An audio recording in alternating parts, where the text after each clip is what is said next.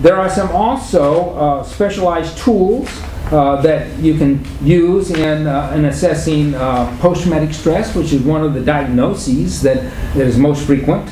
And so there's a ton of these tools. We've already talked about the structured clinical interview, that's the SCID, which allows you to come to a diagnosis of post-trauma stress using the specific criteria of the DSM-4. There's the psychopathy, the PTSD checklist, which is just a self-report checklist of items, but that's very transparent. And the problem with that is that sometimes people, again, are very familiar with what kind of items they ought to respond to because they may consciously or unconsciously, want to document their impairment so that they can get some type of compensation.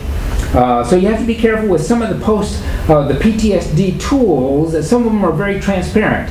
And people know what the symptoms are supposed to be with PTSD. They read it on the internet, they see it on Law and Order on the TV, and their attorneys tell them what all the symptoms ought to be. So you need to be careful not to use tools that are too transparent, or to use several different tools so that you can triangulate the results of these tools and make sure that the people are not just reporting symptoms that they know they should be reporting.